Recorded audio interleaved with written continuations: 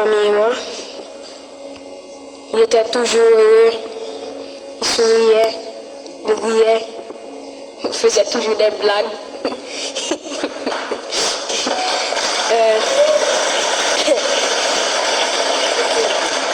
Je voulais aussi dire que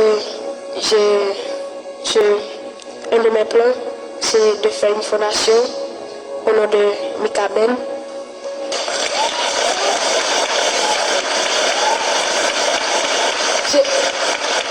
Je voudrais aussi que tous ces projets continuent parce qu'il avait beaucoup de projets.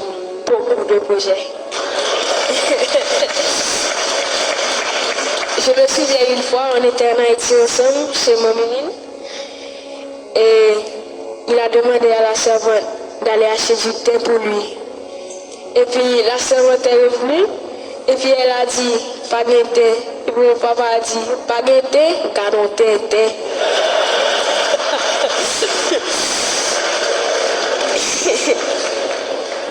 Je sais qu'il va nous manquer tous. Et je voulais remercier ma famille et tout le monde qui est ici.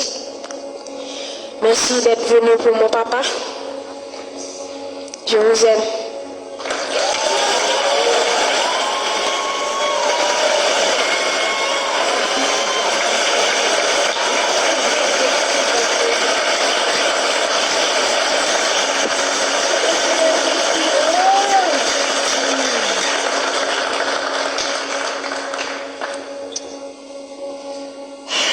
That is one good-looking bunch of people.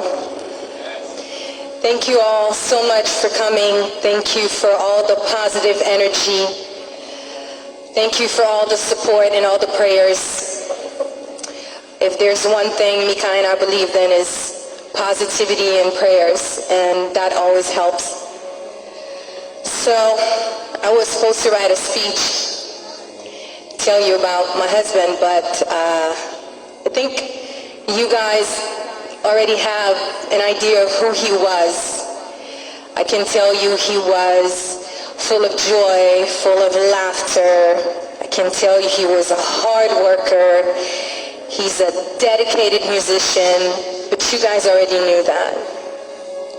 So I thought I would give you guys a little inside scoop to how we met and we started dating. He really wasn't my type at first. So, my cousin Kawalan had a birthday party, and he was a hi baby, and he was a performer there. And you know, I don't really get starstruck, so it was whatever. You know, Mika Ben, J Perry, okay, whatever. And at the end of the show, I went and hugged the person who hosted the party, which was called Christian, and I went and said bye or whatever, and he was in the middle of a conversation with Mika, so I was like, oh, excuse me, I'm trying to leave, you know. Thank you, it was a great party, and I said, oh, you did good, and I left. So, per Mika's recollection, he was telling me the next day he was supposed to go play tennis with one of his bestest friends, Olivier, and my cousin Frankie, which I didn't even know that they knew each other. So the time came for them to go play, and Mika was just stuck on his phone, just swiping through Instagram. He's like, I'm looking for this girl. We took a picture together. I know they're gonna post it. How are they not gonna post a picture with me? So they're swiping. Frankie's getting impatient. So Mika kept the course and he just kept looking. But what he did not know is that my cousin is very present on social media, so the picture was bound to come out. So he finally found the picture and he's like, yo, me famna. And so Frankie's like, bueno. And then, so he turned the phone around and he's like, this girl, I need to know her name and I need to know how I can reach her. And Frankie was like, what the?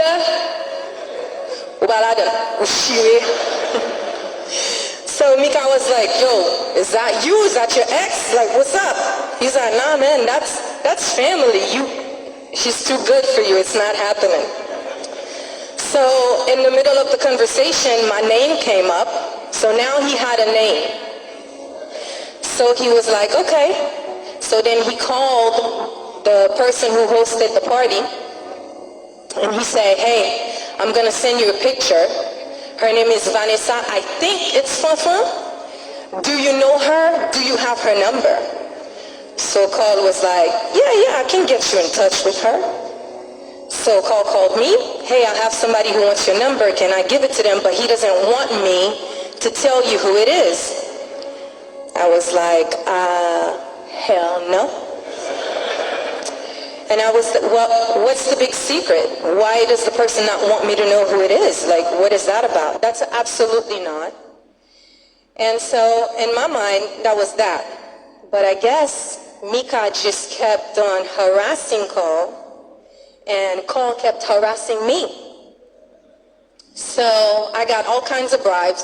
Listen, I'm going to take you to the Versace house. Let's go have dinner. We can talk about this. Can I give him your number, though?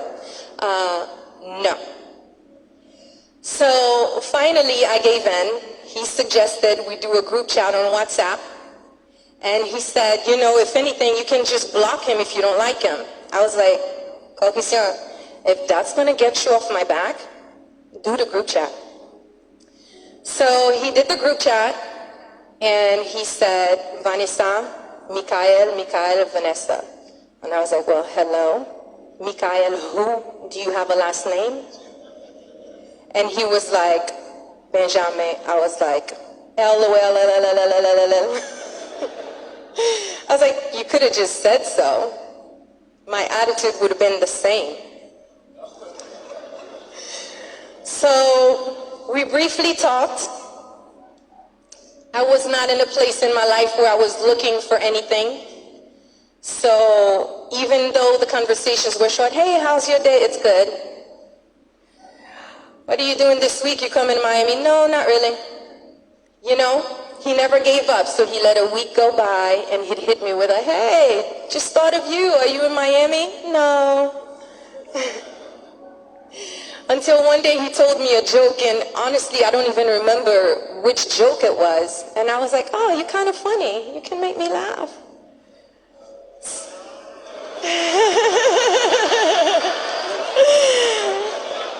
And then from there, we started talking every single day. And that lasted a good 7 to 8 months. And I never had to see him, but he became part of my daily routine. If I'm at work and I'm having a bad day and I don't talk to Mika, it was a problem, not just for me, but for him. Because then I started to get so attached to him, and I was like, wait a minute. I thought we were just trying to be friends, so what is that? So, right. So I went down to Miami, and we finally met. And he's like, oh, I have a performance. I want to take you with me. Would you do me the honor of coming with me? I said, okay. So we went. We had a good time. And he said, oh, we have to fly to New York tomorrow, Tilia and I. So do you mind if I leave my stuff in your truck?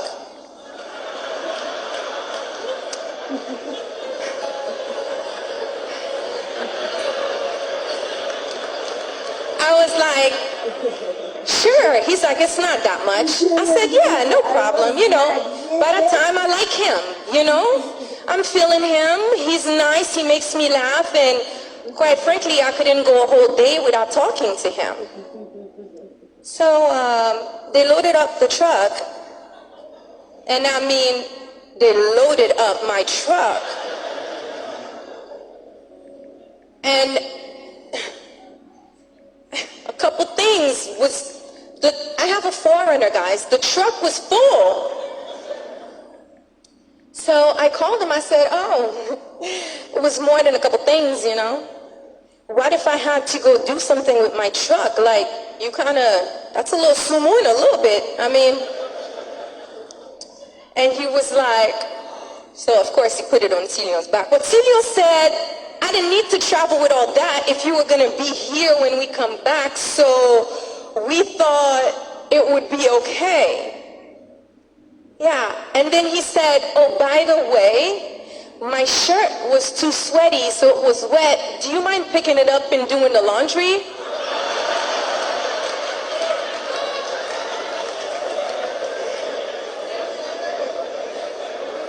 So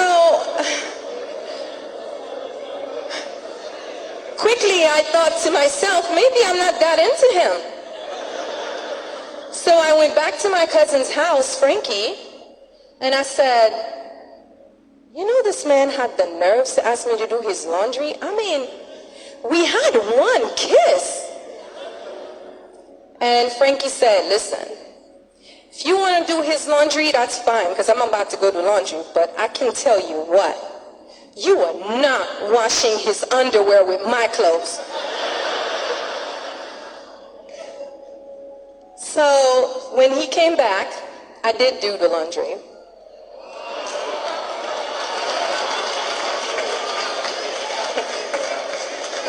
I did it. But when he came back, I couldn't wait to give him a piece of my mind. And I remember Cillian saying, Mika, ça va manger avec fouette, non? And on my way home, I called him and I told him, you know, I don't think this is going to work out. First, too much. I like the boring life. I want to be home, have kids, go to the park, go to the movies, the simple life. You want to travel, you want to have your fans. I don't think that's the life for me. This man told me, let me tell you something. You're my last stop.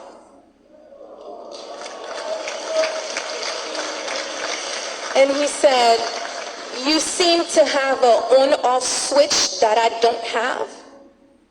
But I'm going to need you to figure it out and leave that switch on.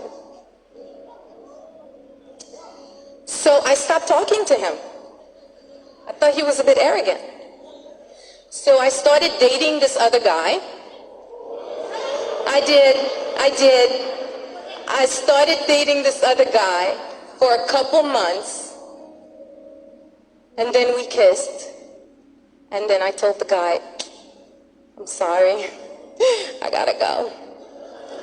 I got in my car. On my way home, I called Mika. And he's like, hey, stranger. I was like, hey, I was calling you because I was trying to remember, you know that Karimi song? He's like, stop it. You missed me. I missed you too. And I said, well, full disclosure, and I started crying.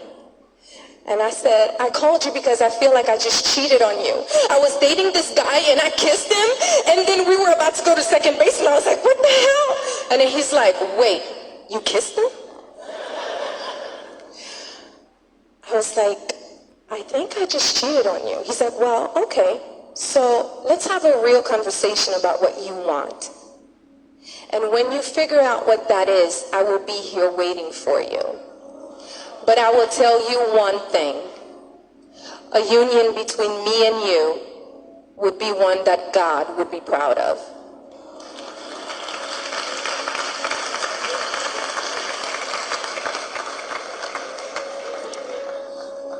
That was the day we decided that we were going to give our love a shot.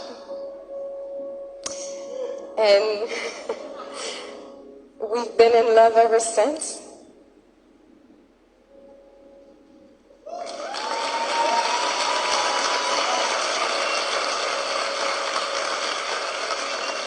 He was a challenge to date. He was a little bit sheltered. He didn't know how to cook. He didn't know how to clean. He didn't know to pick up his plate when he's done eating to put it in the sink. And he got stuck at my house for 6 months during COVID.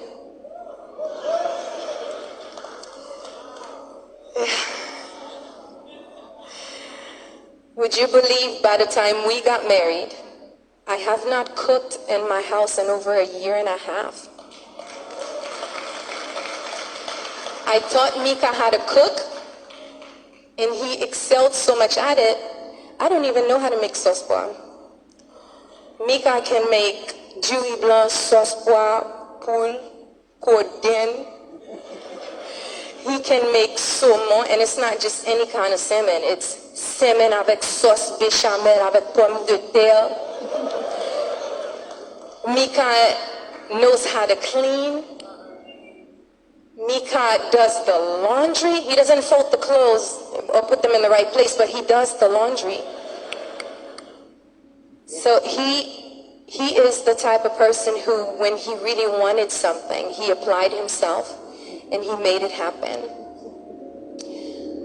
So I'm going to leave you guys with affirmations that we used to do every morning together. And I hope you guys can find him in those words.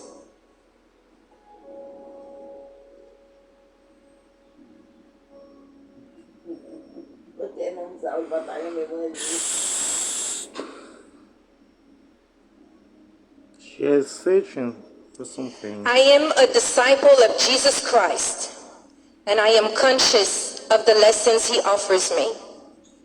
I'm the rock of faith for my family and all of those who follow me. My life is full of joy, love, and passion, and I'm excellent at maintaining enthusiasm in everything that I do. I am the most prolific music producer in the entire world, as my creations are topping billboards, digital streamings, and radio charts. I bring a sense of serenity and lots of positivity to my family. Our common goals are aligned to fulfill our Heavenly Father's will and desires through our life's achievements. Today, I'm balancing my time between personal refinement, inspiring others, and creating memories with my family and friends. I expose the greatness in others and shine my light on it for others to see. I'm a wise steward of the incredible wealth I was given. Today I show gratitude for my healthy body by eating the most nutritious foods and demanding greater strength, speed, and stamina. I have a hunger for the truth, and I have the discipline to study from the greatest minds. I've been called to lead millions to spiritual, political, and financial freedom. I'm living for full success, and I'm willing to pay full price.